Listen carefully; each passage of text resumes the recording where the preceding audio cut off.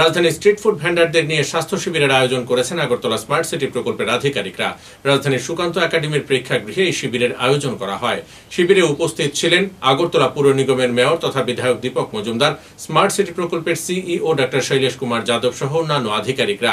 এই শিবিরে বক্তব্য রাখতে গিয়ে মেয়র বলেন, শহরের অস্থায়ী খাবার বিক্রেতাদের স্বাস্থ্যের উপরে নির্ভর করছে শহরের জনসাধারণের স্বাস্থ্য। তাই স্বাস্থ্যবিধি মেনে অস্থায়ী খাবার বিক্রেতাদের খাবার বিক্রি করতে হবে, পরিষ্কার পরিচ্ছন্নতা বজায় রাখতে হবে। এই ধরনের স্বাস্থ্য শিবির রাজ্যে এই প্রথমবারের মতো আয়োজন করা হয়েছে। এর জন্য কর্তৃপক্ষকে অভিনন্দন জানান মেয়র তথা বিধায়ক দীপক মজুমদার। এবং আপনারা যারা এই ভেন্ডাররা আছেন তারাও যাতে সুস্থ অবস্থায় এই ব্যবসার সঙ্গে যুক্ত হন, কারণ আপনাদের সুস্থতার সঙ্গে এটা অনেকটাই নির্ভর করে যারা ক্রেতা তাদের সুস্থ থাকার ক্ষেত্রে।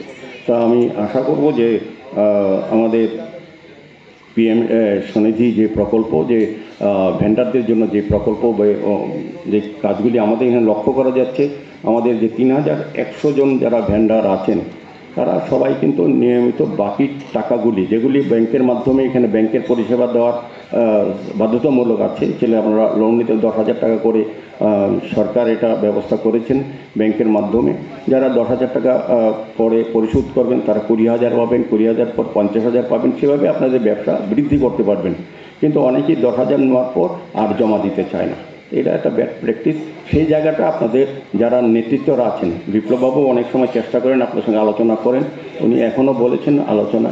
তো আমিও বলবো যারা আপনারা সবাই একসঙ্গে কাজ করেন তো এটা বলবেন, কারণ আপনাদের জন্য কিন্তু কয়েকজনের জন্য অন্যদের কিন্তু ব্যাংকের থেকে পরিষেবা পাওয়ার ক্ষেত্রে অনেকটা অসুবিধা হয়ে যায়, ব্যাংক আপনাদের উপর বিশ্বাস হারিয়ে ফেলে। তো আমাদের সঙ্গে অনেক সময় ব্যাংক ম্যানেজারদের, বিভিন্ন ব্যাংক সংগঠনের কথা হয়, তারা কিন্তু এই